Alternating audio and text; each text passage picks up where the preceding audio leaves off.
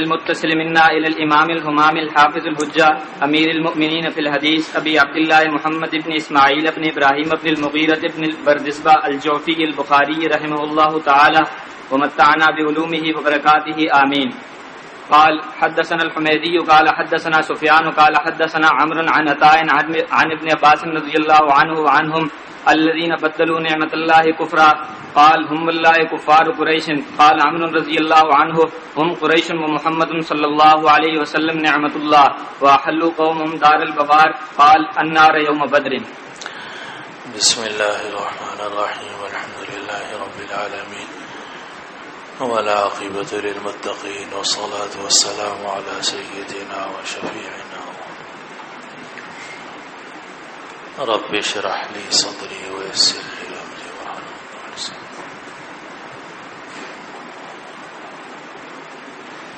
اللهم أرنا الحق حقا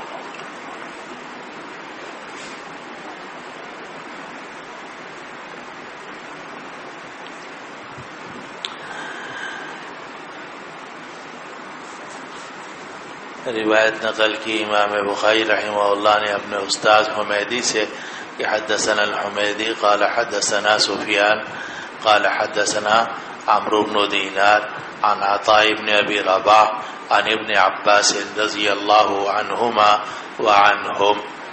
اور عبداللہ ابن عباس رضی اللہ عنہ کا قول نقل کیا ہے. اور عبداللہ ابن عباس رضی اللہ عنہ یہ صحابہ میں مفسر قرآن کے نام سے معروف ہے. ان کے اقوال پر کتاب بھی چھپی ہوئی ہے تفسیر ابن عباس. اور ان کو بہت موقع ملا. تھے تو یہ نوعمر لڑکے جب نبی کریم صلی اللہ علیہ وسلم کا وصال ہوا. 13 سال تقریباً ان کی عمر تھی جب رسول اللہ صلی اللہ علیہ وسلم کا انتقال ہوا. لیکن انہوں نے بڑے بڑے صحابہ سے قرآن کا اور حدیث کا علم حاصل کیا. تو ان کی تفسیری اقوال جو ہیں وہ بہت معروف ہیں اور اسی لیے ان کو مفسر قرآن بھی کہا جاتا ہے. تو ان کا قول نقل کیا تفسیر کے اعتبار سے اور اس کی ادنا مناسبت ہے غزوہ بدر سے. تو قرآن مجید کی آیت ہے الذین بدلوا نعمت اللہ کفرا کہ جنہوں نے اللہ کی نعمت کو کفر میں تبدیل کر دیا. یہ کافر جو ہیں ان پر اللہ تعالیٰ کی نعمت آئی تھی تو چاہیے تھا کہ اس نعمت کو قبول کرتے, اللہ تعالیٰ کا شکر ادا کرتے. لیکن ظالموں نے اس نعمت کی ناشکری کی, اس نعمت کا انکار کیا. تو اس کو قرآن مجید نے ذکر کیا کہ الذین بدلوا نعمت اللہ کفرا. یہ وہ لوگ ہیں کہ جنہوں نے اللہ کی نعمت کو کفر میں تبدیل کر دیا, یعنی اللہ تعالیٰ کی نعمت کی ناشکری کی, اس کا انکار کیا. یہ تو آیت ہے قرآن مجید کی. اور عبداللہ ابن عباس کا قول آگے آ رہا ہے قال کہ عبداللہ ابن عباس نے فرمایا ہم واللہ کفار قریش, کہ اس کا جو اولین مصداق ہے, اس کا جو سب سے پہلے مصداق ہے وہ کفار قریش ہیں. اور عمرو بن دینار نے اس کی تفسیر کی کہ ہم قریشن الذین بدلوا سے مراد قریش ہیں و محمد صلی اللہ علیہ وسلم نعمت اللہ, اور محمد صلی اللہ علیہ وسلم اللہ تعالیٰ کی نعمت تھے جو ان قریش کی طرف بھیجے گئے تھے. اور یہ قریش کسی زمانے میں کہا کرتے تھے کہ لئن جاءہم نذیر لیکونن اہدی من احدی الامم, کہ اگر ہمارے پاس کوئی نبی آیا تو ہم بہت زیادہ ہدایت اختیار کریں گے. لیکن فلما جاءہم نذیر ما زادہم الا نفورا استکبارا فی الارض. تو ان لوگوں نے نبی کریم صلی اللہ علیہ وسلم کی نعمت کی ناقدری کی, اور نہ یہ صرف یہ کہ ناشکری کی بلکہ انکار کیا, بلکہ حضور صلی اللہ علیہ وسلم کو ستایا, اتنا ستایا کہ آپ کو مجبور ہو کر مکہ مکرمہ سے ہجرت کرنی پڑی. تو عبداللہ ابن عباس فرماتے تھے کہ ہم قریشن الذین سے مراد کون ہے؟ قریش ہیں. اور یہ جو آ رہا ہے بدلوا نعمت اللہ, اس اللہ کی نعمت سے مراد حضور صلی اللہ علیہ وسلم ہے. اور آگے آ رہا ہے وَأَحَلُّوا قَوْمَهُمْ دَارَ الْبَوَارِ کہ ان لوگوں نے اپنی قوم کو ہلاکت کے گھر میں جا اتارا. حل یحل حلولا اترنا حلول سریانی حلول سریانی آپ نے پڑھا ہوگا میبزی کے اندر. اور احل یحل احلال کے معنی اتارنا. تو احلوا قومهم دار البوار کہ ان ظالموں نے اپنی قوم کو ہلاکت کے گھر میں اتار دیا، یعنی ہلاکت کے گھر میں پہنچا دیا. اب ہلاکت کے گھر سے بدر کا میدان بھی مراد ہو سکتا ہے، اور ہلاکت کے گھر سے جہنم بھی مراد ہو سکتی ہے کہ یہ بدر میں ہلاک ہوئے اور ہلاک ہونے کے بعد پھر ان کو جہنم میں جانا پڑا.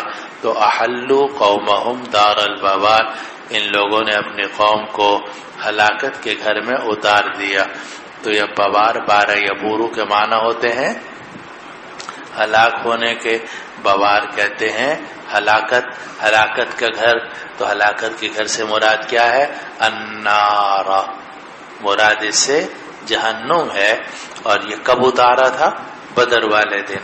اب دیکھو یہ قرآن مجید کی آیت ہے اور یہ اصل میں کتاب التفسیر کی حدیث ہے، مگر امام بخاری رحمہ اللہ بہت ہی ادنا مناسبت کے ساتھ، معمولی سی مناسبت ہوتی ہے اور معمولی سی مناسبت کے ساتھ اس کو کسی باب کے اندر ذکر فرما دیتے ہیں.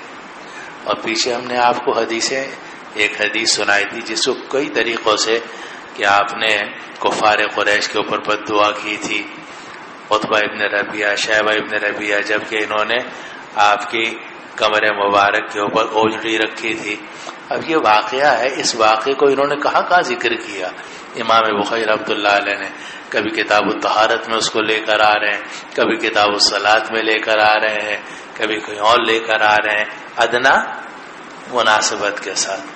چلو وبه قال حدثني عبيد بن اسماعيل قال حدثنا ابو اسامه عن هشام عن ابيه رضي الله عنه وعنهم قال ذكر عند عائشه رضي الله عنها ان ابن عمر رضي الله عنه رفع الى النبي صلى الله عليه وسلم ان الميت يعذب في قبره ببكاء اهله فقالت انما قال رسول الله صلى الله عليه وسلم انه لا يعذب بخطيئته وذنبه وان اهله لا يبكون عليه الان. قالت وذلك مثل قوله ان رسول الله صلى الله عليه وسلم قام على القليب وفيه قتلى بدر من المشركين فقال لهم ما قال انهم لا يسمعون ما اقول وانما قال انهم الان لا يعلمون ان ما كنت اقول لهم حق. ثم قرأت انك لا تسمع الموتى وما انت بمسمع من في القبور يقول حين تبوأوا مقاعدهم من النار. لفظی ترجمہ حدیث کا یہ ہے کہ عائشہ رضی اللہ عنہ کے سامنے یہ بات ذکر کی گئی کہ عبداللہ ابن عمر رضی اللہ عنہ نے نبی کریم صلی اللہ علیہ وسلم کی طرف حدیث کو مرفوع کیا ہے، یعنی آپ کا قول نقل کیا ہے کہ میت کو عذاب دیا جاتا ہے اس کی قبر میں جبکہ اس کے گھر والے اس کے اوپر رو رہے ہوں. میت کو عذاب دیا جاتا ہے اس کی قبر میں اس کے گھر والوں کے اس پر رونے کی وجہ سے. فقالت تو حضرت عائشہ رضی اللہ عنہ نے عبداللہ ابن عمر کی اس حدیث کو پوری طرح قبول نہیں کیا، فرمایا کہ کچھ غلط فہمی ہوئی ہے اور اصل میں تو رسول اللہ صلی اللہ علیہ وسلم نے یہ فرمایا ہوگا کہ میت کو عذاب ہوتا ہے اس کے اپنے غلطی سے اور اپنے گناہ کی وجہ سے، اور حال یہ ہے کہ اس کے گھر والے اس وقت میں اس پر رو رہے ہوتے ہیں. اور مقصد یہ تھا کہ عائشہ رضی اللہ عنہ کا کہ غلطی جو ہے وہ رونے والوں کی ہے، تو جو میت ہے اس کی کیا غلطی ہے؟ میت کو اگر عذاب ہوگا تو اس کے کفر کی وجہ سے ہوگا، اس کے گناہ کی وجہ سے ہوگا، اس کی خطا کی وجہ سے ہوگا. لیکن میت تو دنیا سے چلا گیا، اب پیچھے جو زندہ لوگ ہیں وہ کوئی غلطی کریں تو ان کی غلطی کی وجہ سے وہ کیسے پکڑا جائے گا؟ یہ وہی بات ہے کہ لا تزر وازرۃ وزر اخری. ایسا نہیں ہوتا کہ کرے مونچھوں والا پکڑا جائے داڑھی والا، کریں یہ جرم پکڑ لیں اب ان کو اور ان کو سزا دینا شروع کر دیں. تو اب تو حضرت عائشہ رضی اللہ عنہ نے جب یہ حدیث سنی کہ میت کو عذاب ہوتا ہے گھر والوں کے رونے کی وجہ سے، تو ان کو حیرانی ہوئی کہ کیسے ہو سکتا ہے کہ رو تو یہ رہے ہوں غلطی ان کی ہو اور ان کے رونے کی وجہ سے ان کو عذاب دیا جائے. تو اس لیے انہوں نے اس حدیث کے اندر تعویل کی کہ بے شک اسے عذاب دیا جائے گا اس کے اپنے جرم کی وجہ سے. میت کو جو عذاب ہوگا رونے والوں کی وجہ سے نہیں ہوگا بلکہ اپنی غلطیوں کی وجہ سے ہوگا جو اس نے غلطیاں کی تھی. اور حال یہ ہے کہ اس کے گھر والے اس کے اوپر اب رو رہے ہیں. گویا وہ انہوں نے یہ بات ذکر کی کہ بی بکائی اہلہ میں جو با ہے وہ سببیہ نہیں ہے بلکہ مصاحبت کے لیے ہے. کیونکہ بی بکائی علی میں اگر بابک کو سببیت کے لیے لیا جائے تب تو مطلب یہ ہوگا کہ گھر والوں کے رونے کی وجہ سے میت کو عذاب ہوتا ہے. تو حضرت عائشہ رضی اللہ عنہا نے یہ معنی نہیں لیا اور فرمایا کہ یہ با سببیت کے لیے نہیں ہے بلکہ با مصاحبت کے لیے ہے کہ یہ تو رو رہے ہیں اور حال یہ ہے کہ اس میت کو اس کے اپنے کفر، اپنے گناہ، اپنی غلطیوں کی وجہ سے عذاب ہو رہا ہوتا ہے. یہ تعویل کی حضرت عائشہ رضی اللہ عنہا نے. پھر فرمایا کہ یہ بالکل ایسا ہی ہے جیسا کہ رسول اللہ صلی اللہ علیہ وسلم کنویں پر جا کر کھڑے ہوئے اور اس میں مشرکین بدر کے مقتولین موجود تھے اور وہاں جا کر آپ نے فرمایا کہ انہم لیسمعون ما اقول، کہ میں وہ جو کچھ میں کہہ رہا ہوں اس کو یہ مردے سن رہے ہیں.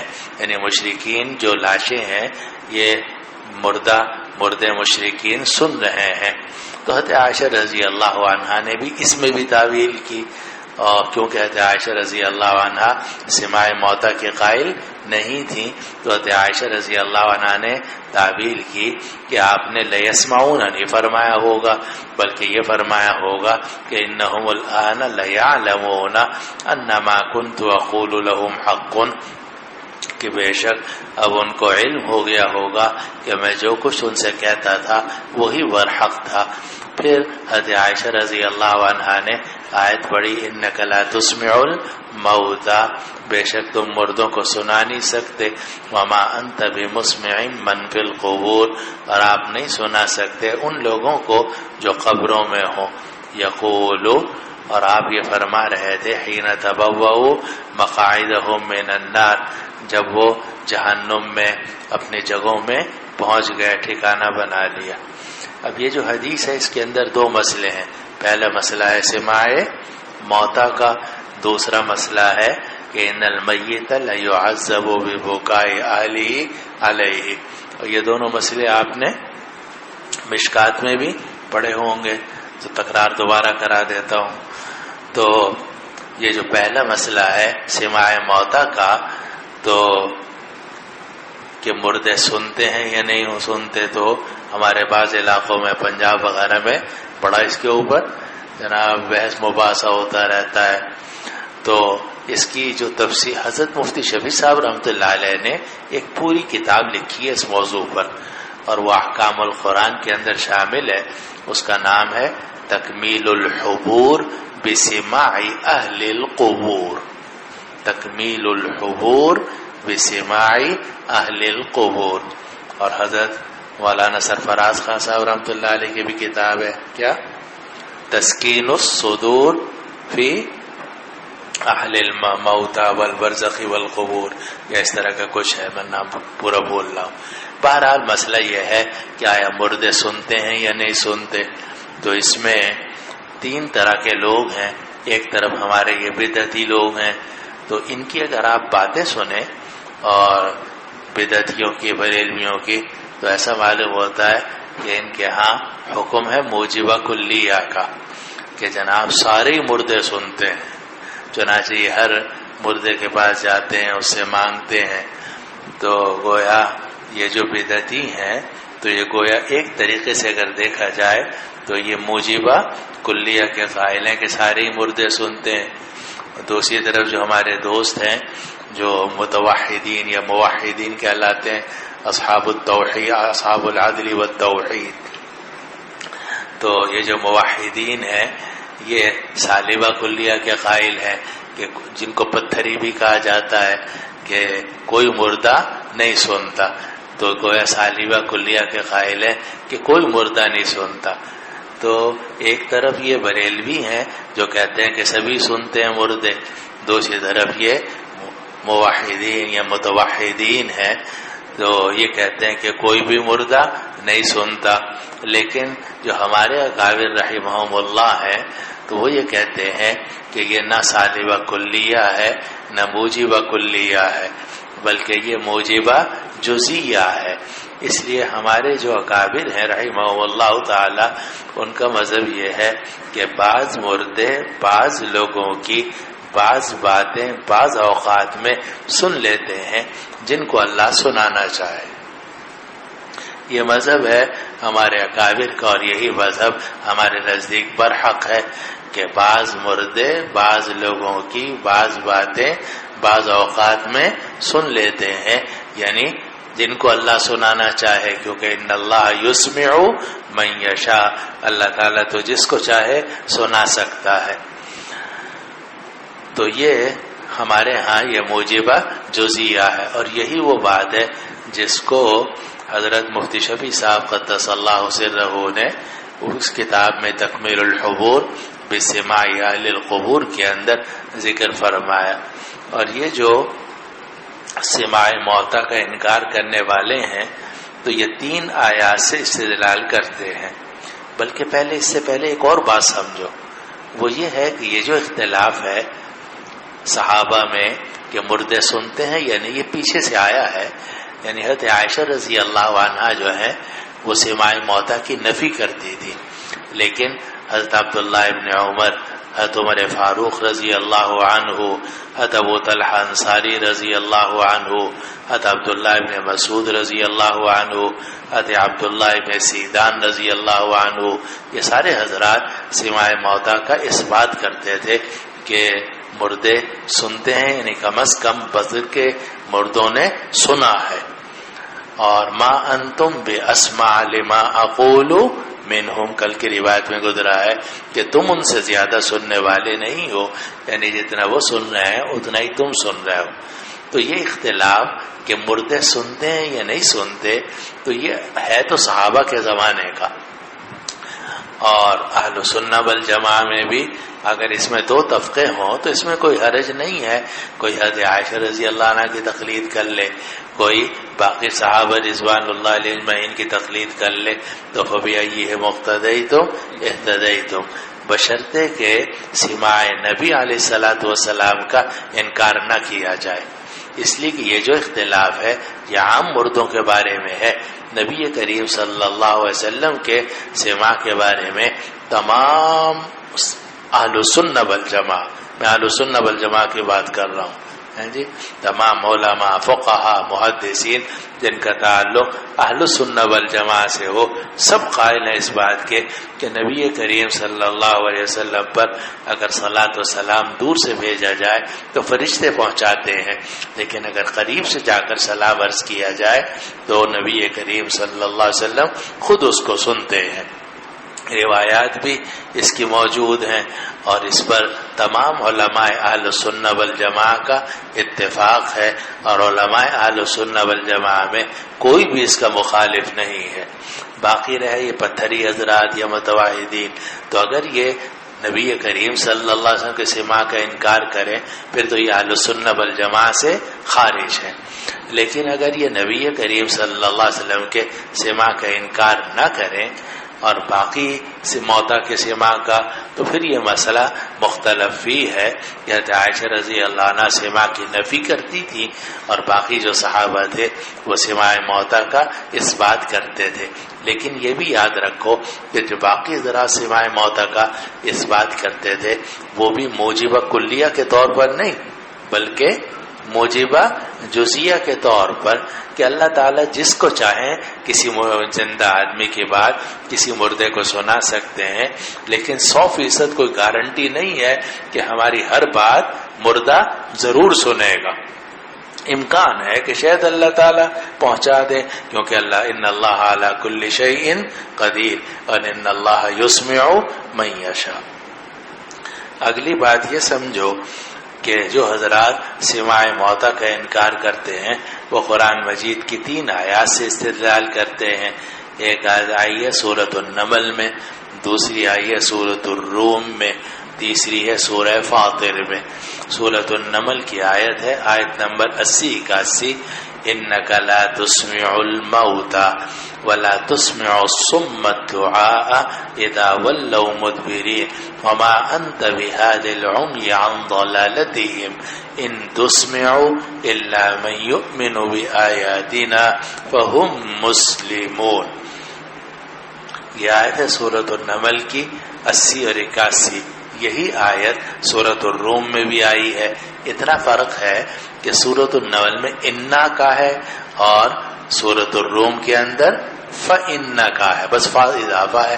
فَإِنَّكَ لَا تُسْمِعُ الْمَوْتَى وَلَا تُسْمِعُ الصُّمَّ الدُّعَاءَ إِذَا وَلَّوْا مُدْبِرِينَ وَمَا أَنْتَ بِهَادِ الْعُمْيِ عَنْ ضَلَالَتِهِمْ إِن تُسْمِعُ إِلَّا مَن يُؤْمِنُ بِآيَاتِنَا فَهُمْ مُسْلِمُونَ. تو سورۃ النمل اور سورۃ الروم کی آیت میں کوئی فرق نہیں ہے الفاظ کے اندر. اتنا فرق ہے کہ سورۃ النمل میں ان کا ہے اور سورۃ الروم میں فإن کا ہے. یہ تو 2 آیتیں ہیں، اگر دیکھا جائے تو 2 کہہ لو یا 1 کہہ لو، یعنی آیت ایک ہی ہے. ایک یہ آئی ہے سورۃ النمل میں بھی، سورۃ الروم میں بھی. اور تیسری آیت ہے جو آئی ہے سورۃ الفاطر میں، جس کو سورۃ الملائکہ بھی کہا جاتا ہے، اور اس میں یہ ہے کہ وما یستوی الاحیاء ولا الاموات، زندہ اور مردہ برابر نہیں ہیں. جو زندہ لوگ ہیں وہ اور جو مردہ لوگ ہیں وہ برابر نہیں ہیں. ان اللہ یسمع من یشاء وما انت بمسمع من فی القبور ان انت الا نذیر. یہ 3 آیتیں ہو گئیں. اب اگر آپ پہلی آیت لو جو پہلی اور دوسری آیت تو ایک ہی جیسی ہے، تو اس کے الفاظ یہ ہیں انک لا تسمع الموتى، بے شک آپ مردوں کو نہیں سنا سکتے، بے شک آپ مردوں کو نہیں سنا سکتے. ولا تسمع الصم الدعاء، اور آپ بہرے لوگوں کو اپنی پکار نہیں سنا سکتے. یعنی بہرے لوگوں کو اگر آپ پکاریں گے تو وہ تو بہرے ہیں، جب بہرے ہیں تو وہ آپ کی پکار کو نہیں سن سکیں گے. آپ مردوں کو نہیں سنا سکتے اور آپ بہرے لوگوں کو اپنی پکار نہیں سنا سکتے. اذا ولوا مدبرین، جبکہ وہ پش پھیر کے جا رہے ہوں، یعنی سامنے سے آ رہے ہوں، پھر تو یہ امکان ہے کہ آپ ان کو ہاتھ کا اشارہ کر لیں، تو آپ زبان بھی ہلائے تو کچھ شے سمجھ جائیں. لیکن جب وہ پش پھیر کے جا رہے ہوں پھر تو اگر آپ ان کو پکاریں گے بھی تو آپ کی آواز ان کے کانوں تک نہیں پہنچے گی. کانوں تک پہنچے گی بھی تو اندر نہیں جائے گی، کیونکہ وہ تو بہرے ہیں. جب بہرے ہیں تو ولا تسمع الصم الدعاء اذا ولوا مدبرین. آگے فرمایا وما انت بهاد العمي عن ضلالتهم، اور آپ اندھے لوگوں کو ان کی گمراہی سے ہدایت نہیں دے سکتے. آپ اندھے لوگوں کو ان کی گمراہی سے ہدایت نہیں دے سکتے. جو لوگ اندھے ہیں اور جن کو راستہ ہی نظر نہیں آ رہا، تو آپ یہ چاہیں کہ وہ راستے پر چلنا شروع کر دیں تو کیسے چلیں گے؟ اندھے ہو چکے ہیں اور ان کو راستہ نظر ہی نہیں آتا. تو وما انت بهاد العمي عن ضلالتهم، اور آپ اندھے لوگوں کو ان کی گمراہی سے ہدایت نہیں دے سکتے. ان تسمع الا من يؤمن بآياتنا، آپ نہیں سنا سکتے. ان نافیہ ہے، آپ نہیں سنا سکتے الا من يؤمن بآياتنا، مگر انہی لوگوں کو جو ہماری آیات پر ایمان لاتے ہیں. صرف مومن ہی آپ کی بات سن سکتے ہیں. ان تسمع الا من يؤمن بآياتنا، نہیں سنا سکتے آپ مگر انہی لوگوں کو جو ہماری آیات پر ایمان رکھتے ہیں. فہم مسلمون، اور وہ مسلمان ہیں، وہ تو آپ کی بات سن لیں گے. لیکن کافر جو ہیں یہ بہرے بھی ہیں، اندھے بھی ہیں، مردہ بھی ہیں، اس لیے آپ ان کو اپنی بات نہیں سنا سکتے. یہ آیت ہے سورۃ النمل کی. اور یہی آیت ہے سورۃ الروم کی بھی، کوئی فرق نہیں ہے انکا فانکا سے جو اصل آیت ہے اس کے مفہوم میں کوئی فرق نہیں آتا۔ تیسری آیت یہ ہے وما یستوی الاحیاء ولا الاموات، بلکہ اس سے پیچھے ہے یستوی الظلمات ولا النور ولا الظل ولا الحرور وما یستوی الاحیاء ولا الاموات، تاریکیاں اور روشنی برابر نہیں ہے، دھوپ اور گرمی برابر، دھوپ اور سایہ برابر نہیں ہے، زندہ اور مردہ برابر نہیں ہے۔ ان اللہ یسمع من یشاء، اللہ تعالیٰ تو سنا دیتا ہے جس کو چاہتا ہے۔ وما انت بمسمع من فی القبور، اور آپ نہیں سنا سکتے ان لوگوں کو جو قبروں میں ہیں۔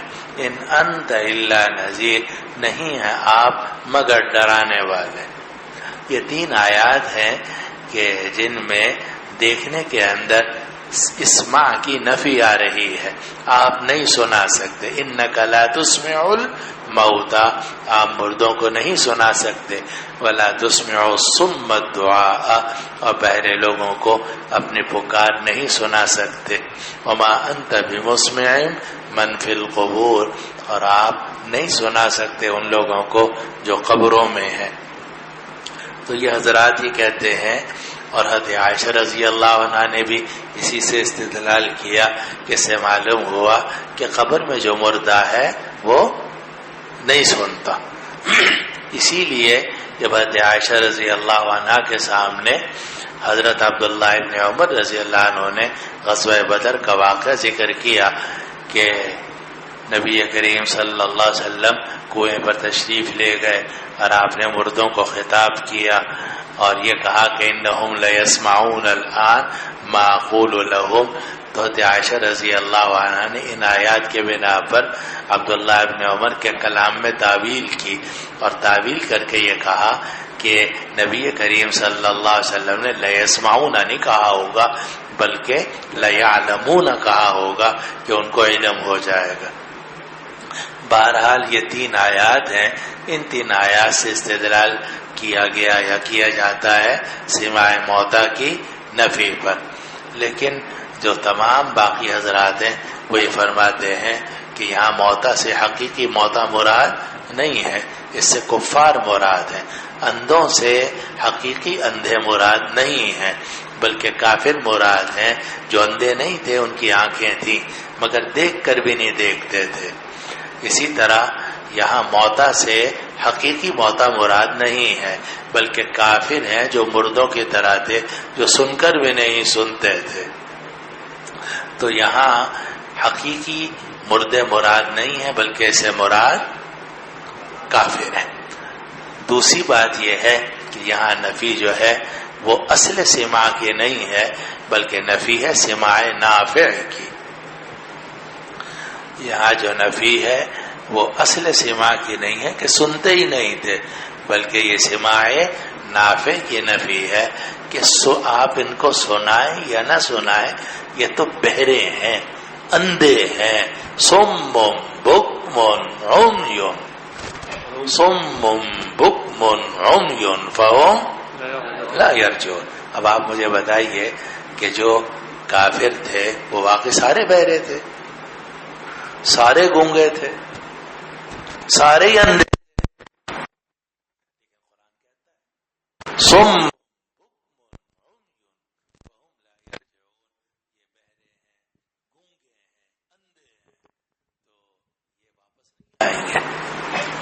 تو ظاہر ہے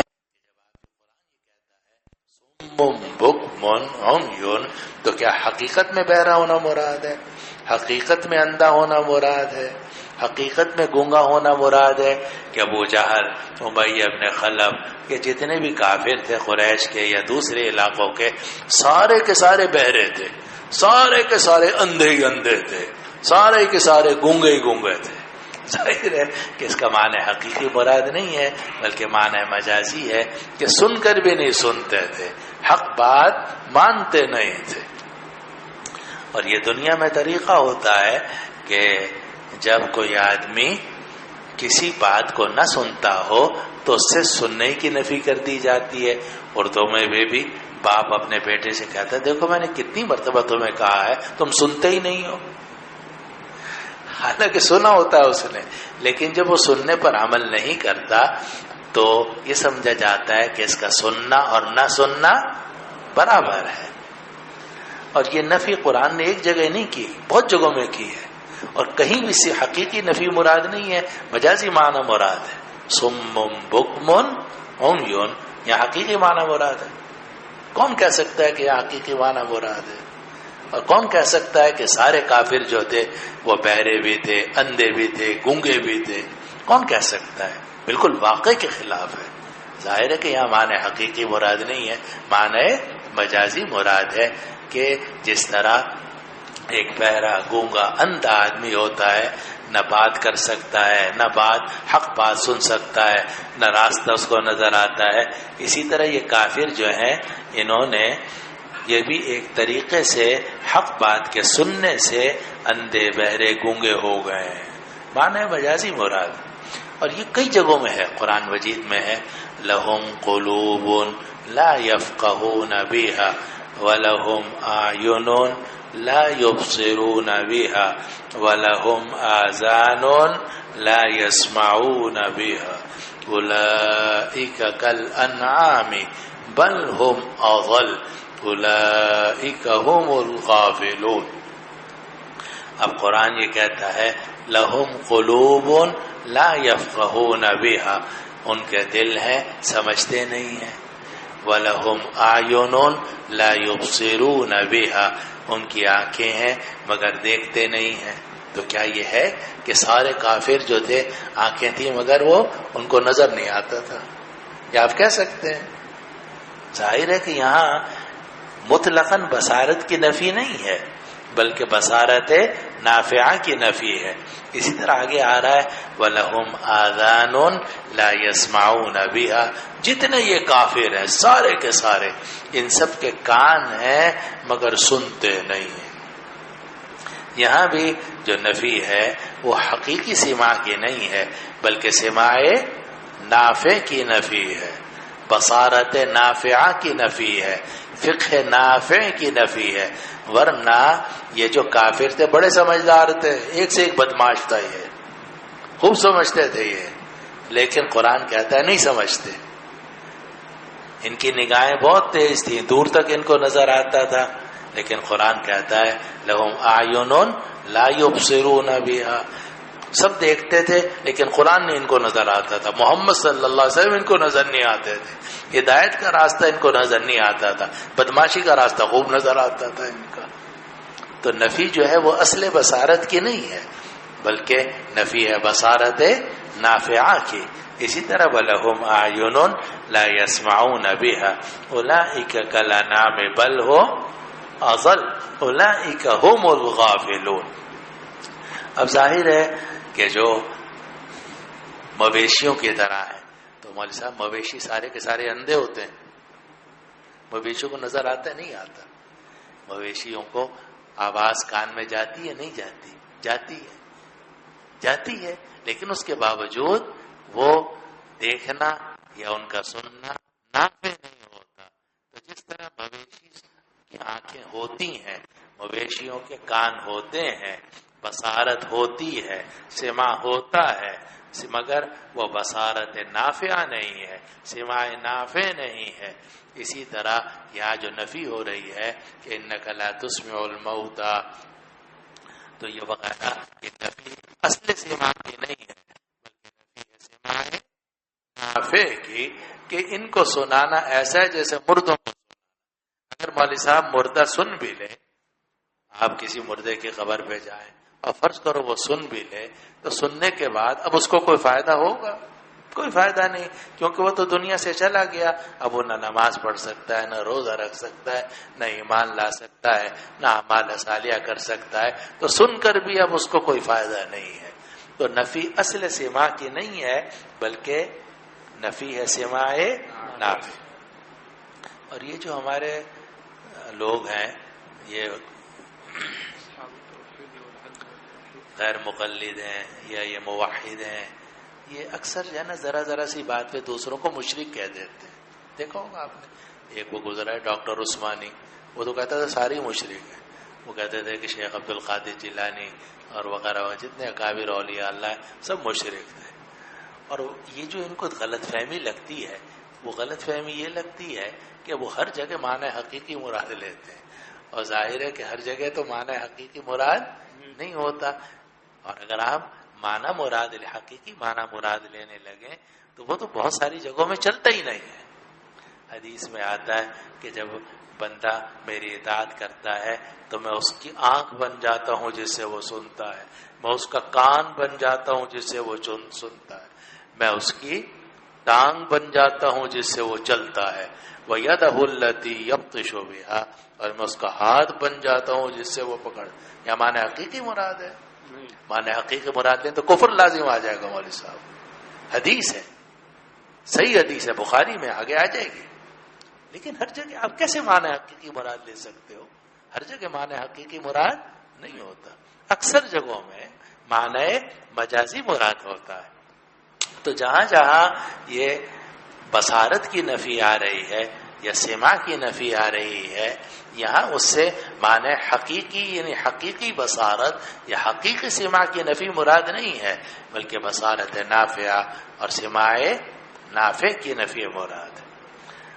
وہ ایک قصہ مجھے کہانی یاد آ جاتی ہے, لطیفہ. چلو لطیفہ بھی آج سنا دیں. وہ ایک آدمی تھا, تو اس نے اپنے دوست کی دعوت کی اور کہا کہ بھائی تم آ جانا کل کو ہمارے ہاں یا فلاں دن اور دال روٹی کھا لینا. تو اس نے کہا بھائی چلو آج اس نے دعوت کی ہے, دعوتیں نہیں کرتا تھا یہ کبھی, تو چلو اس نے دعوت کی ہے تو ماشاءاللہ خوش ہوا کہ بھائی چلو اس کے ہاں جائیں گے. اور عام محاورے میں جب کہا جاتا ہے کبھی جا کے ہمارے ہاں دال روٹی کھا لینا, تو لوگ سمجھتے ہیں کہ بھائی پلاؤ ولاؤ کو قورمہ ورمہ تو ہوگا. خیر یہ چلا گیا خوشی خوشی کہ بھائی چلو بھائی نے دوست نے دعوت کی ہے. اب وہ لے گیا تو نیچے تھا, اوپر لے گیا کمرے میں, وہاں لے جا کے بٹھا دیا اس نے, اور سامنے اس نے سوکھی روٹی اور دال لا کے رکھ دی. اب وہ کبھی اس کو دیکھے, کبھی سوچا کہ چلو کیا کرے, مجبور تھا اور تو کچھ تھا ہی نہیں. اس نے وہی سوکھی روٹی اور دال کھانی شروع کر دی. تو نیچے سے ایک فقیر گزرا, نیچے سے ایک فقیر گزرا, تو اس نے دروازہ کھٹکھٹایا اور کہا بھائی اللہ کے نام پہ کچھ دو. تو یہ جو میزبان تھا تو اس نے کھڑکی سے باہر جھانکا اور کہا بھائی جا جا معاف کر معاف کر. فقیر تو ذرا ڈھیٹ سے ہوتے ہیں, اس نے پھر دروازہ کھٹکھٹایا کہ بھائی دروازہ کھولو اور مجھے کچھ دو, فقیر ہوں اللہ کے نام پہ کچھ دو.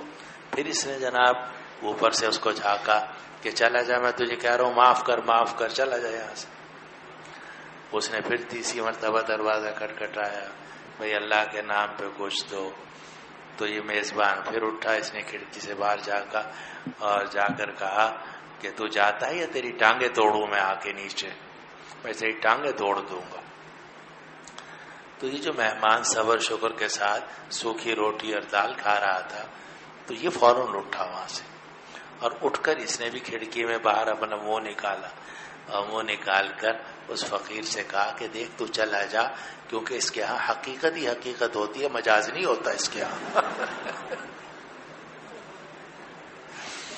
تو وہ جو مہمان تھا, مہمان کہنے لگا کہ تو یہاں سے چلا جا, کیونکہ یہ جو ہے نا پکا موحد ہے, حقیقت ہی حقیقت ہے, اس کے ہاں کوئی مجاز وجاز نہیں ہوتا. تو مولوی صاحب حالانکہ دنیا میں زیادہ تر مجاز ہی ہوتا ہے, حقیقت تو کم استعمال ہوتی ہے, اکثر جگہوں میں مجاز ہو. آپ کہتے ہیں کہ میں اپنا قدم فلاں کے گھر میں نہیں رکھوں گا, اور آپ نے باہر لیٹ گئے اپنا قدم فلاں کے گھر میں رکھ دیا, حانث ہوں گے نہیں ہوں گے؟ نہیں ہوں گے, اس لیے کہ حقیقت یہ مستعملہ نہیں ہے, اس کا مجاز متعارف مراد ہے, اور مراد اس سے پاؤں رکھنا نہیں ہوتا. واللہ لا اضع قدمی فی دار فلان, بلکہ اس سے مراد دخول ہوتا ہے.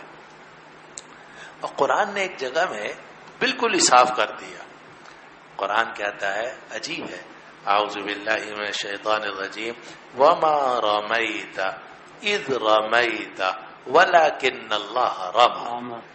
کمال ہے قرآن کا. وما رمیت اذ رمیت ولکن اللہ رمی. آپ نے نہیں پھینکا جب آپ نے پھینکا، لیکن اللہ نے پھینکا. کمال ہے. وما رمیت، آپ نے نہیں پھینکا، آپ نے نہیں پھینکا، آپ نے نہیں پھینکا. اذ رمیت، جبکہ آپ نے پھینکا تھا. ولکن اللہ رما، لیکن اللہ نے پھینکا. کیا مطلب ہے؟ یہ کیسا کلام ہے کہ جس میں نفی بھی ہے اور اس بات بھی ہے. ایک طرف کہا جا رہا ہے کہ نہیں پھینکا، پھر کہا جا رہا ہے کہ پھینکا، پھر کہتے ہیں اللہ نے پھینکا. کیا کہیں گے آپ یہاں؟ یہی کہیں گے کہ نبی کریم صلی اللہ علیہ وسلم نے جو مٹھی اٹھا کے پھینکی تھی وہ آپ نے پھینکی تھی، لیکن اس مٹھی کے ذرات کو تمام کافروں کی آنکھوں میں پہنچانا یہ تو نبی کریم صلی اللہ علیہ وسلم کے بس میں نہیں تھا. اس رمی کو نافع بنانا یہ اللہ ہی کا کام تھا. اس لیے آپ نے جب پھینکا تو آپ نے اگرچہ پھینکا تھا، لیکن وہ رمی نافع وہ آپ کے بس میں نہیں تھی، اللہ نے وہ رمی نافع بنائی ہے.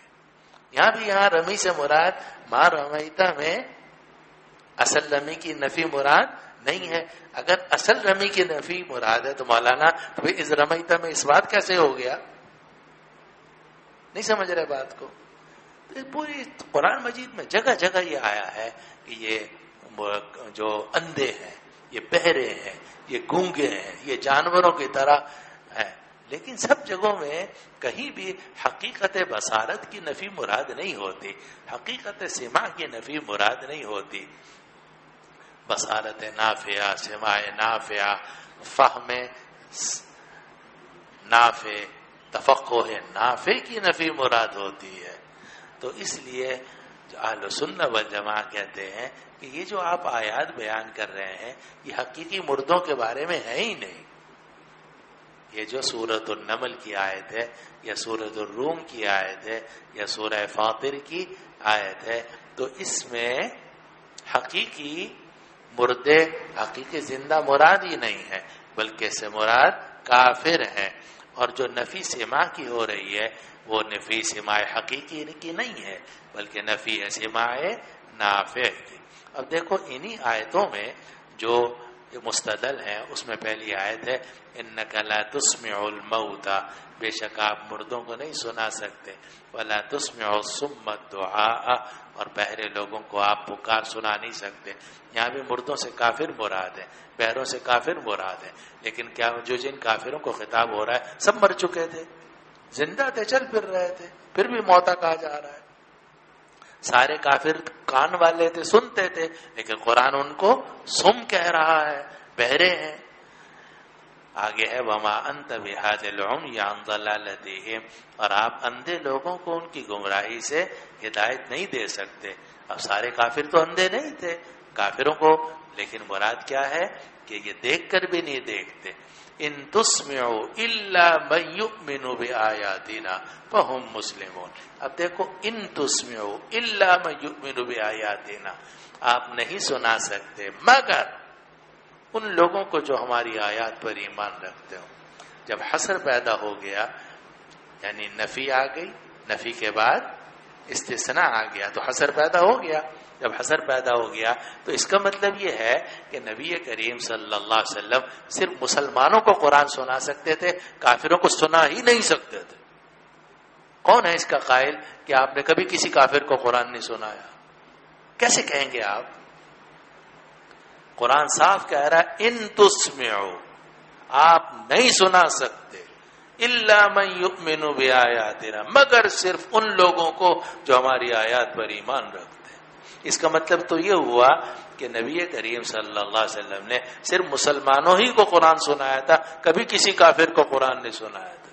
کیسے ہو سکتا ہے یہ جو آ رہا ہے ان تسمعوا الا من یؤمن بآیاتنا، تو اس میں جو نفی ہے وہ اصل سماع کی نہیں ہے، اصل اسماع کی نفی نہیں ہے، اسماع نافع کی نفی ہے کہ سنائیں گے تو آپ سب کو، لیکن کافروں کے لیے وہ سننا نہ سننا برابر ہے، لیکن جو مسلمان ہیں ان کو فائدہ ہوتا ہے. اس لیے قرآن نے کہا ان تسمعوا الا من یؤمن بآیاتنا فهم مسلمون.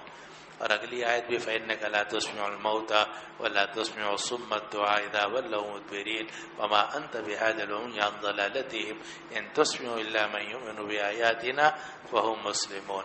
اسی طرح وما يستوي الاحياء ولا الاموات ان اللہ يسمع من يشاء. اور یہ دلیل ہے اہل سنہ والجماعہ کی کہ اللہ تعالیٰ تو سنانے پر قادر ہے. چنانچہ نبی کریم صلی اللہ علیہ وسلم کی آواز ان مشرکین مکہ کو جو قلیب بدر میں، رکی میں اور طوی کے اندر خبیث مخبث کے اندر پڑے ہوئے تھے، ان کو اللہ نے سنا دی.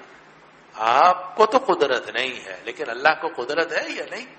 اللہ تعالیٰ تو ہر چیز پر قادر ہے. ان اللہ یسمع من یشاء، اللہ تعالیٰ جس کو چاہتا ہے سنا سکتا ہے.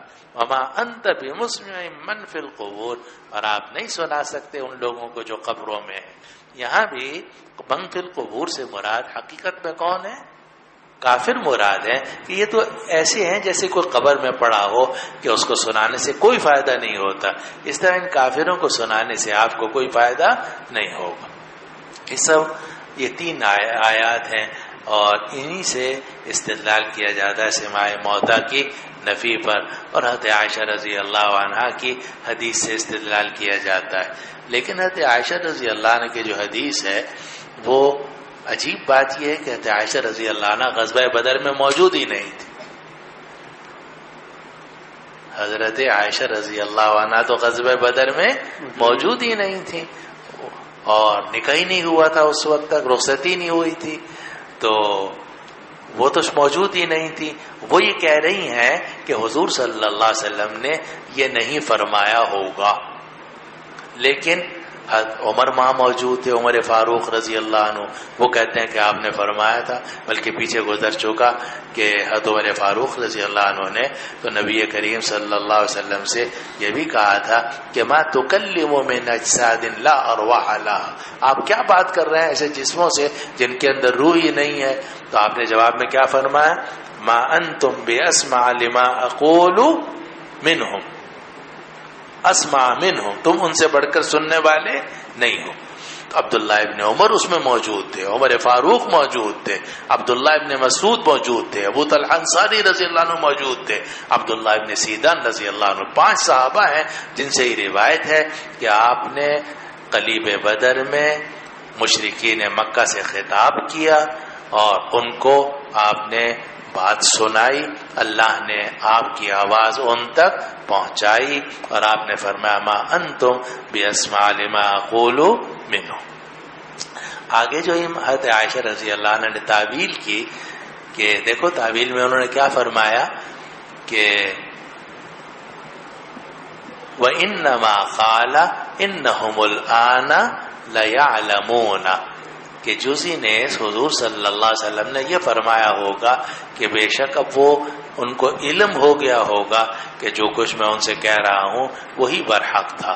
تو حافظ ابن حجر رحمۃ اللہ نے فرمایا کہ عجیب بات ہے، کہتے عائشہ رضی اللہ عنہ سماع کا تو کہ تو نفی کر رہی ہیں اور علم کا اس بات کر رہی ہیں، حالانکہ سماع تو سبب ہے اور علم مسبب ہے.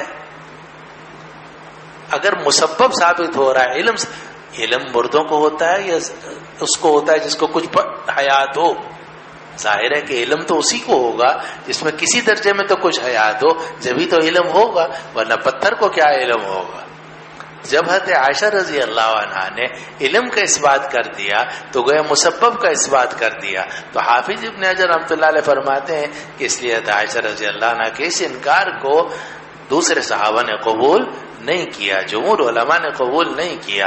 اس لیے کہتے عائشہ رضی اللہ عنہ ایک طرف تو وہاں موجود ہی نہیں تھی اور جو موجود تھے وہ سب سے وہاں کو ثابت کر رہے ہیں، دوسری طرف حضرت عائشہ رضی اللہ عنہ سما کی نفی کر کے علم ثابت کر رہی ہیں، حالانکہ سما ہو یا علم ہو ان دونوں کا تعلق حیاتی سے ہوتا ہے، تو کسی درجے میں حیات تو پھر بھی انہوں نے ثابت کر دی، اور اگر مسبب ثابت ہو جائے تو سبب تو خود بخود ہی ثابت ہو جاتا ہے۔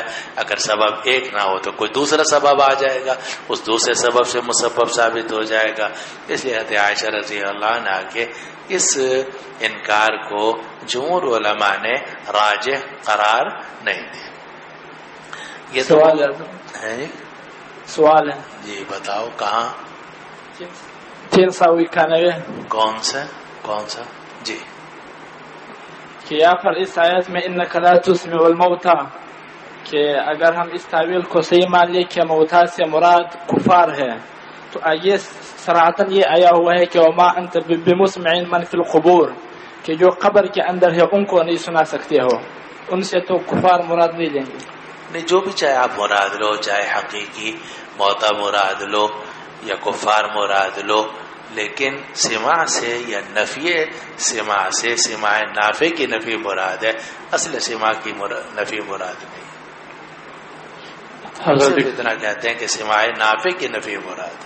اور سماع نافع کے تو کفار قبر میں مکلف نہیں ہے، سماع نافع کے تو مکلف نہیں ہے۔ نہیں، مکلف تھے قبر میں نہیں، قبر میں نہیں، زندگی میں تو مکلف تھے وہ۔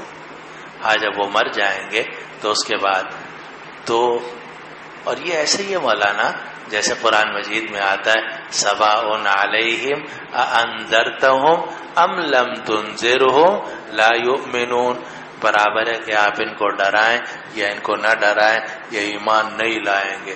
وجہ یہ ہے کہ ایمان ان کو دینا یہ نبی کے اختیار میں نہیں تھا۔ نبی انذار تو کر سکتا ہے، تبلیغ تو کر سکتا ہے، دعوت تو کر سکتا ہے، مگر انک لا تہدی من احببت ولکن اللہ یہدی من یشاء۔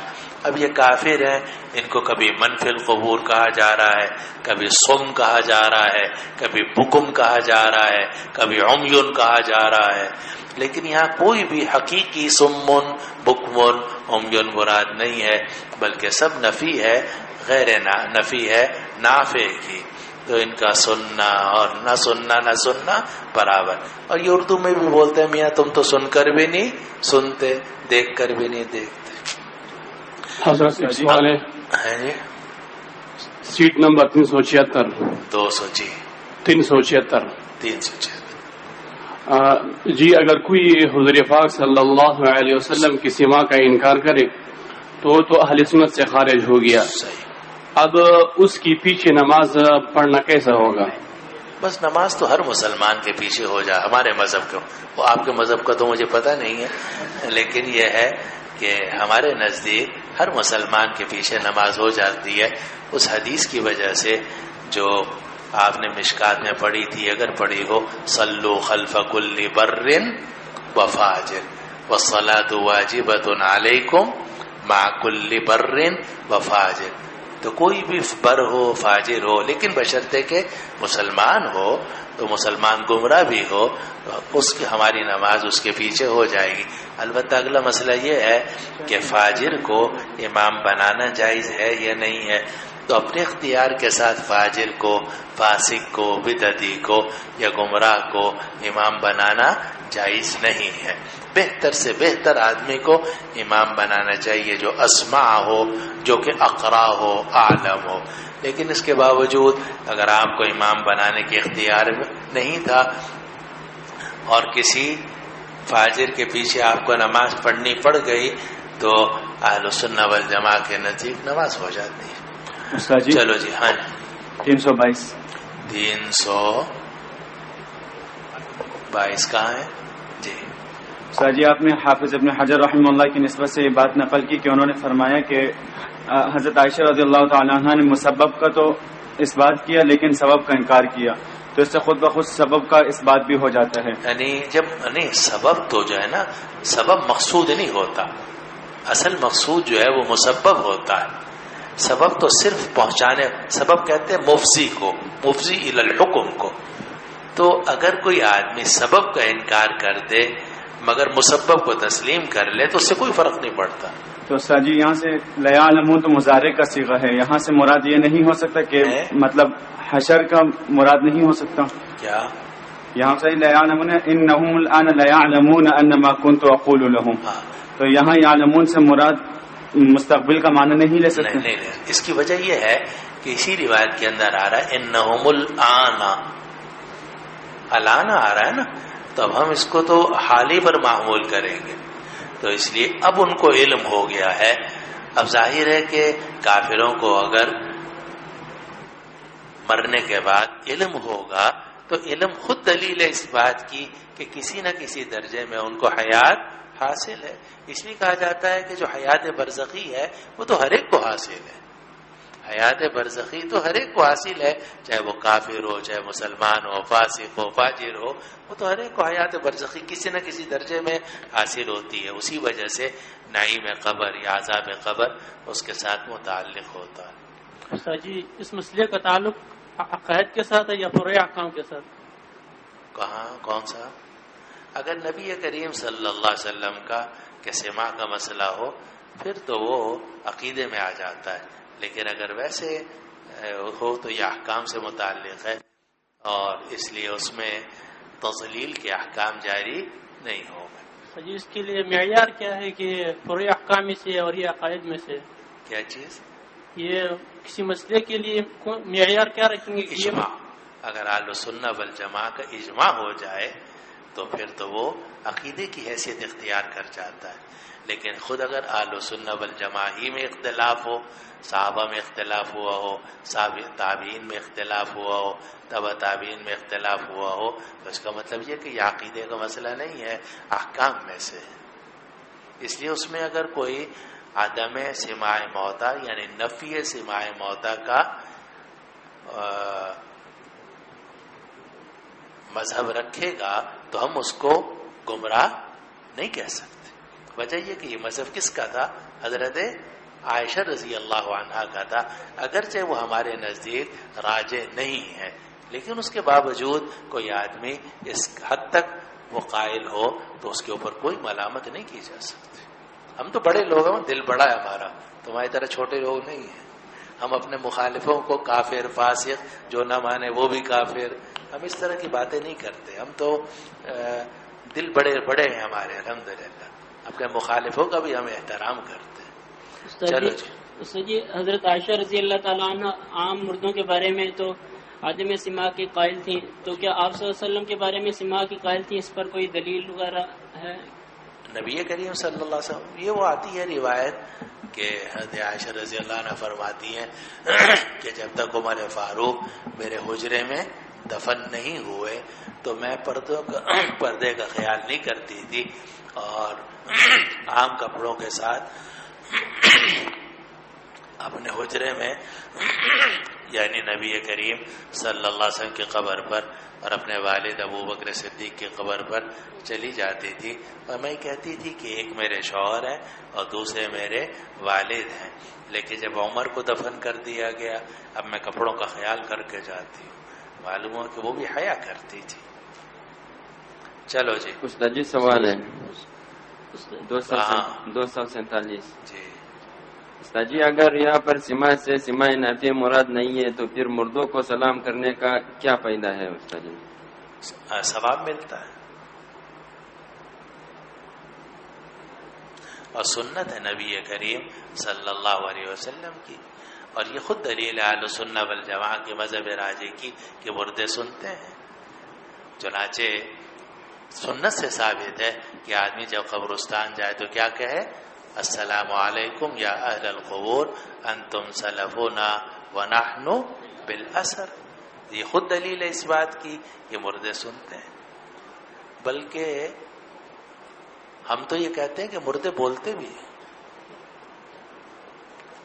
ہم نہیں کہتے، بخاری میں لکھا ہوا، دکھاؤں؟ بخاری اول میں لکھا ہوا ہے کہ جب مردے کو لے کے جاتے ہیں تو مردہ کہتا ہے مجھے کہاں لے کے جا رہے ہو؟ اگر نیک ہوتا ہے تو وہ کہتا ہے قدمونی قدمونی، مجھے جلدی سے پہنچاؤ جلدی سے پہنچاؤ. اور اگر وہ فاسق ہوتا ہے، کافر ہوتا ہے، آگے عذاب قبر ہوتا ہے تو وہ گھبراتا ہے، وہ کہتا ہے تم مجھے کہاں لے کے جا رہے ہیں، بخاری میں ہے۔ یہ لوگ تو سماع موتا کا انکار کرتے ہیں، ہم تو کہتے ہیں کلام ثابت ہے مردوں کو۔ اور آپ یہ بھی سب جانتے ہیں، حدیث میں موجود ہے، بخاری دکھاؤں، بخاری اول میں آپ دیکھو کتاب الجنائز میں کئی روایتیں ہیں، اسی میں یہ بھی ہے کہ جب لوگ چلے جاتے ہیں فَإِنَّ الْمَيِّتَ لَيَسْمَعُ قَرْعَ النِّعَالِ، میت جو ہے وہ جوتوں کی چاپ سنتا ہے۔ تو یہ میت جوتوں کی چاپ سنتا ہے، کیا مطلب ہے اس کا؟ معلوم ہوا کہ سما ثابت میت سنتا ہے، یہ حدیث میں ہے، بخاری کی حدیث میں ہے، مشکات وغیرہ میں موجود ہے۔ ان المیت لا يسمع خرق النعال، میت جو ہے وہ پاؤں کی جوتوں کی چاپ سنتا ہے۔ تو لوگ چلے جاتے ہیں، پھر اس کے بعد وہ آتے ہیں، منکر نکیر سوال جواب ہوتا ہے۔ اور یہ بھی آتا ہے کہ جب وہ اللہ پناہ میں رکھ کے عذاب ہوتا ہے تو میت چیختا ہے اور سارے مخلوق اس کی آواز سنتی ہے سوائے انس کے اور جان کے۔ معلوم ہے کہ جتنے جانور ہیں وہ بھی سنتے ہیں، تو چیختا بھی ہے، بولتا بھی ہے، سنتا بھی ہے۔ کیسے کہہ لیں کہ ہم بالکل پتھر ہو گیا ہے، وہ پتھری لوگ تو کہہ سکتے ہیں، ہم کیسے کہہ دیں؟ تمام احادیث کا ہم انکار کیسے کرتے ہیں؟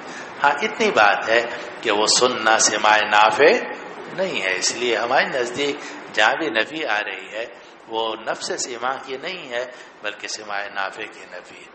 یہ ساری بحث تو تھی مسئلے میں جس کا تعلق تھا سماع موت۔ دوسرا مسئلہ یہ ہے کہ ان المیت لا يعذب ببکاء اہل۔ اچھا آخری بات اور لے لو، ابھی میں نے آپ کو بتایا کہ حضرت عائشہ رضی اللہ عنہ نے شروع میں انکار کیا تھا کہ حضور نے یہ نہیں فرمایا ہوگا بلکہ یہ کہا تھا، اور ہم اس کی تعویل یہ کریں گے کہ یہ کہا ہوگا، اس لیے کہ حضرت عائشہ تو وہاں موجود ہی نہیں تھی، ان کو تو اطلاعات ہی ملی ہیں، اس لیے۔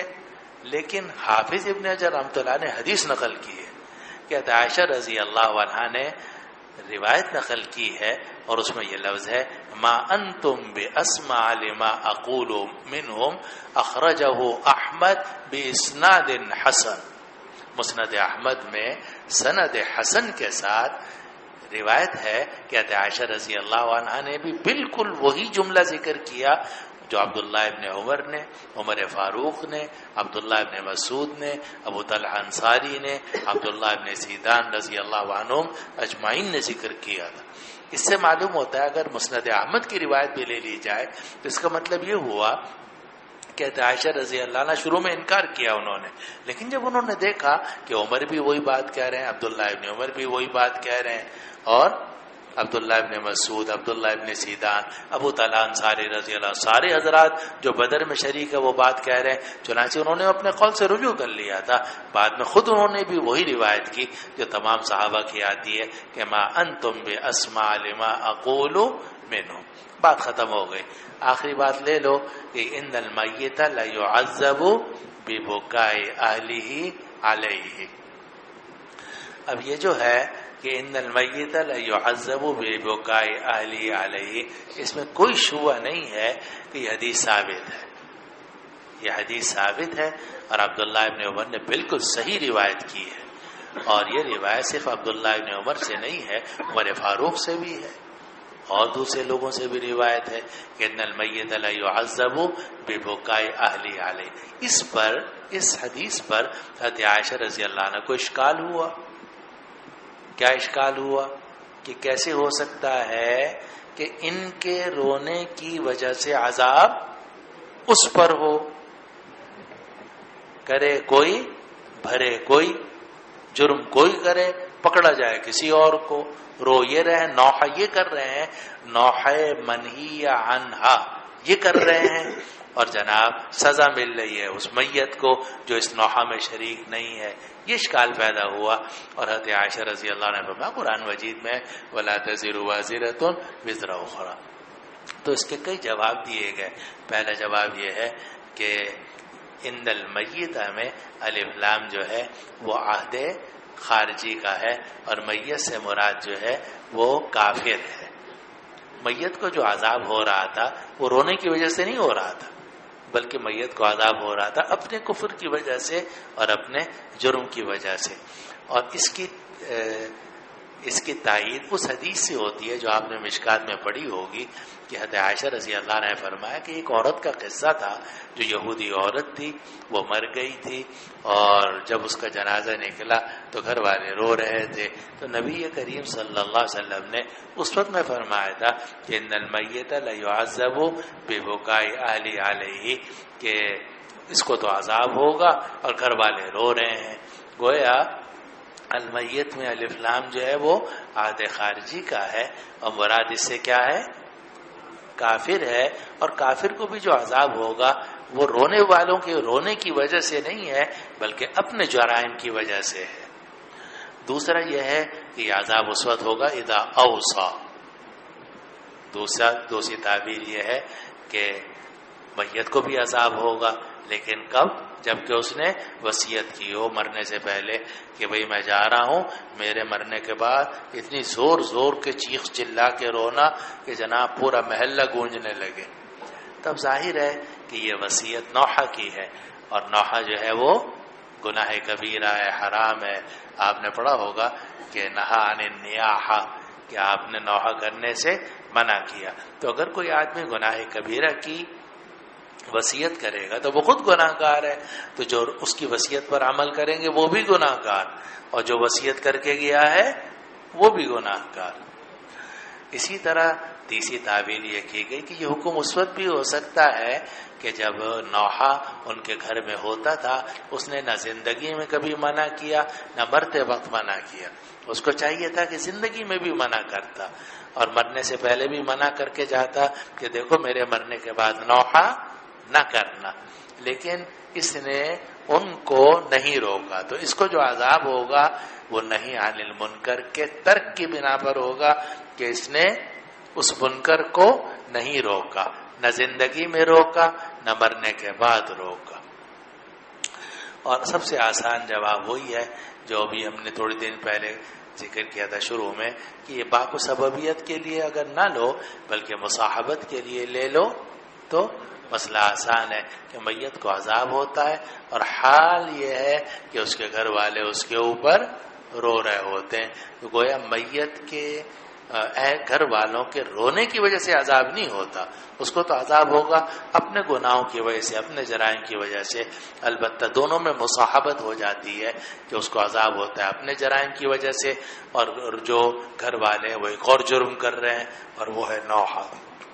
اور ایک اور جواب بھی دیا گیا کہ تعذیب سے مراد توبیخ الملائکہ بھی ہو سکتی ہے، عذاب سے مراد توبیخ ہے، اور توبیخ کی وہ روایت ہے جو آپ نے مشکات میں بھی پڑھی ہوگی، آگے ہمارے ہاں بھی آنے والی ہے انشاءاللہ بخاری میں، کہ ایک مرتبہ حضرت عبداللہ ابن رواحہ رضی اللہ عنہ پر غشی طاری ہو گئی، بے ہوش تھے، غشی بیمار ہو گئے، غشی طاری ہو گئی، تو ان کی جو بہن تھیں وہ اپنے بھائی کی حالت دیکھ کر رونے لگیں اور چیخنے چلانے لگیں، کہنے یا جبلا، ہائے پہاڑ، ہائے فلاں۔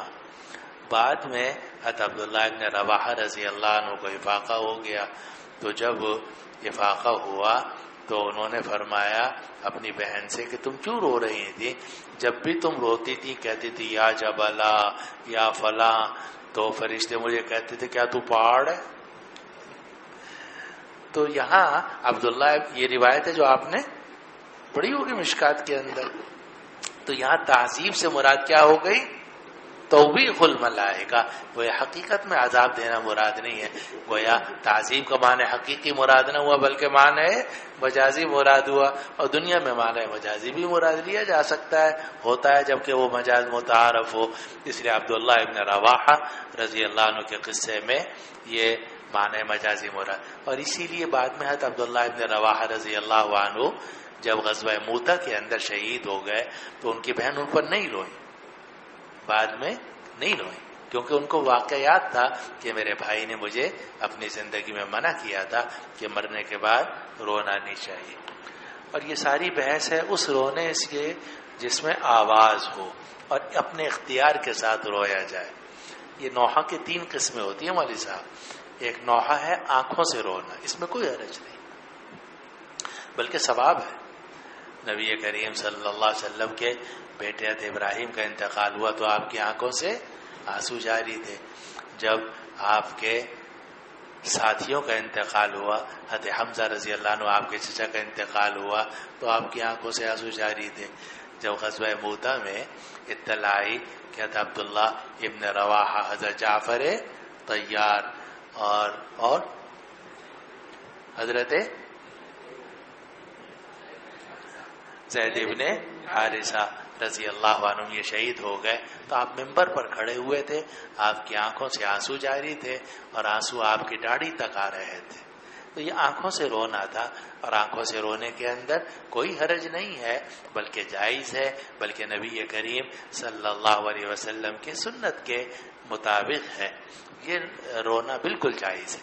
دوسرا ہے نوحہ ہو لیکن آواز کے ساتھ ہو لیکن غیر اختیاری ہو، یعنی آپ رو رہے تھے پھر ایک دم کوئی چیخ سے نکل آئی لیکن آپ نے فوراً اس کو روک لیا تو یہ غیر اختیاری ہے.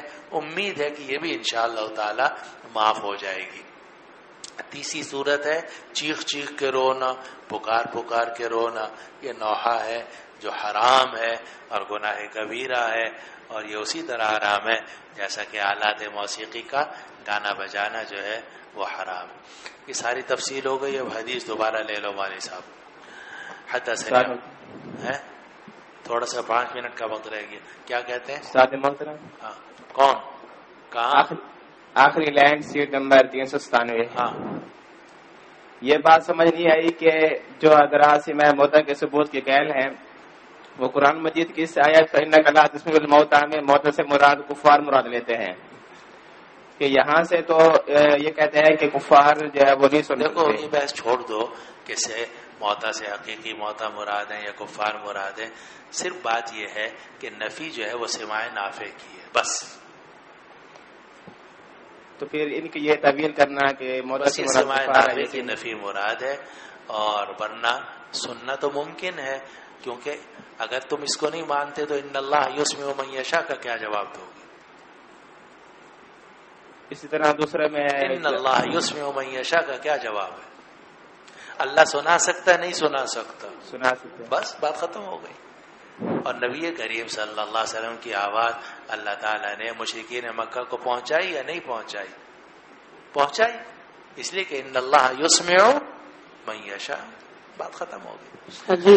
اور یہ تو آپ ان لوگوں سے بحث کرو جو یہ کہتے ہو کہ ہر مردہ سنتا ہے. ہم تو نہیں کہتے. ہم تو کہتے ہی نہیں کہ ہر مردہ سنتا ہے. میں بھی یہ سوال کر رہا ہوں. بس یہی بعض مردے بعض لوگوں کی بعض باتیں سنتے ہیں. ہم تو آپ کو پہلے بتا چکے ہیں. آپ لوگ قائل ہو گئے موجبہ کلیہ کے یا سالبہ کلیہ کے؟ نہیں سالبہ کلیہ کے قائل ہو آپ، لیکن ہم سالبہ کلیہ کے قائل نہیں ہیں. ہم موجبہ جزیہ کے قائل ہیں کہ بعض مردے بعض لوگوں کی بعض باتیں سن لیتے ہیں جنہیں یعنی جن کو اللہ سنا دے، یعنی جن کو اللہ سنانا چاہے، کیونکہ ان اللہ یسمع من یشاء. اور وہ روایتیں حدیث کی ہیں کہ میت جو ہے وہ جوتوں کی چاپ سنتی ہے وغیرہ وغیرہ. بہت روایتیں ہیں جو آپ کتاب الجنائز میں جا کے دیکھ سکتے ہو. استاد جی 232 232 کہاں کون کدھر؟ جی استاد جی آپ نے فرمایا کہ اختیار ہے اگر کوئی حضرت عائشہ رضی اللہ عنہ کے قول پر عمل کرے تب بھی ٹھیک ہے اور حضرت عبداللہ بن عباس بن عمر رضی اللہ عنہ کے قول پر عمل کرے تب بھی. سمجھ میں نہیں آ رہا کیا کہہ رہے ہو. آپ نے فرمایا استاد جی پیچھے کا منہ کر کیا آپ نے فرمایا کہ اختیار ہے اگر حضرت عائشہ رضی اللہ عنہ کے قول پر عمل کرے تب بھی ٹھیک ہے اور اگر کوئی حضرت یعنی گمراہی نہیں ہے. جی استاد یعنی ہم اس کو گمراہ نہیں کہیں گے. وجہ یہ ہے کہ جس مذہب میں جس معاملے میں اہل السنہ والجماعہ میں اختلاف ہو جائے یا صحابہ میں اختلاف ہو جائے تو وہ اختلاف حق اور باطل کا اختلاف نہیں ہوتا، راجح اور مرجو کا اختلاف ہوتا.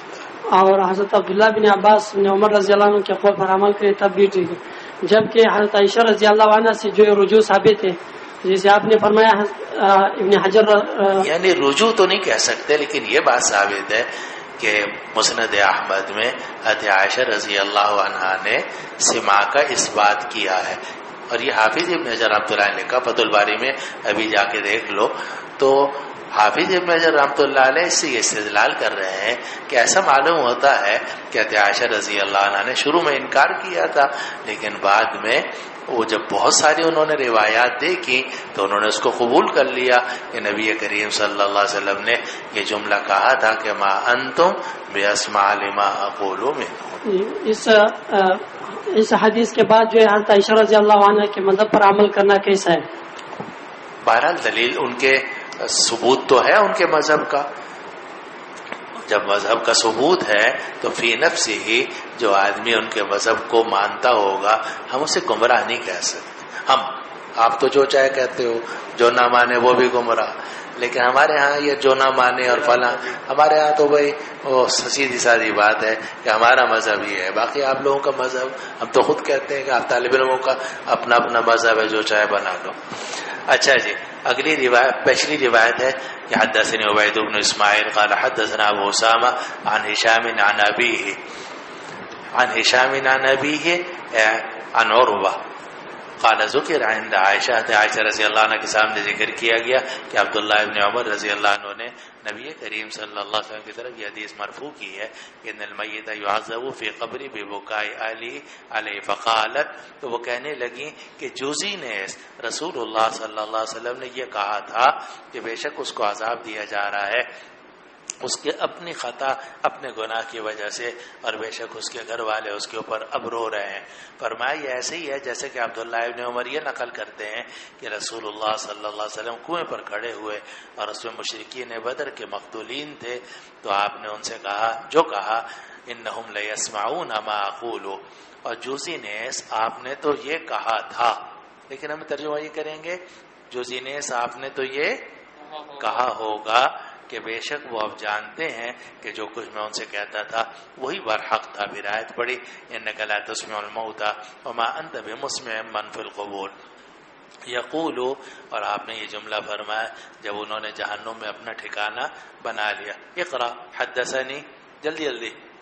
وبه قال حدثني عثمان قال حدثنا عبدة عن هشام عن أبيه عن ابن عمر رضي الله عنه عنهم قال وقف النبي صلى الله عليه وسلم على قليب بدر۔ قلیب کہتے ہیں گڑھے کو۔ اب دیکھو کبھی اس کو کہا گیا طوی، کبھی کہا گیا رکی، کبھی کہا گیا قلیب۔ تو طوی کہتے ہیں منڈیر والے کنویں کو، رکی کہتے ہیں کچے کنویں کو، اور قلیب کہتے ہیں مطلقاً گڑھے کو۔ چلو على قليب بدر فقال هل وجدتم ما وعد ربكم حقا ثم قال انهم الان يسمعون ما اقول لهم فذكر لعائشه رضي الله عنها فقالت انما قال النبي صلى الله عليه وسلم انهم الان لا يعلمون ان الذي كنت اقول لهم هو الحق ثم قرات انك لا تسمع الموتى حتى قرات الايه۔ والله سبحانه وتعالى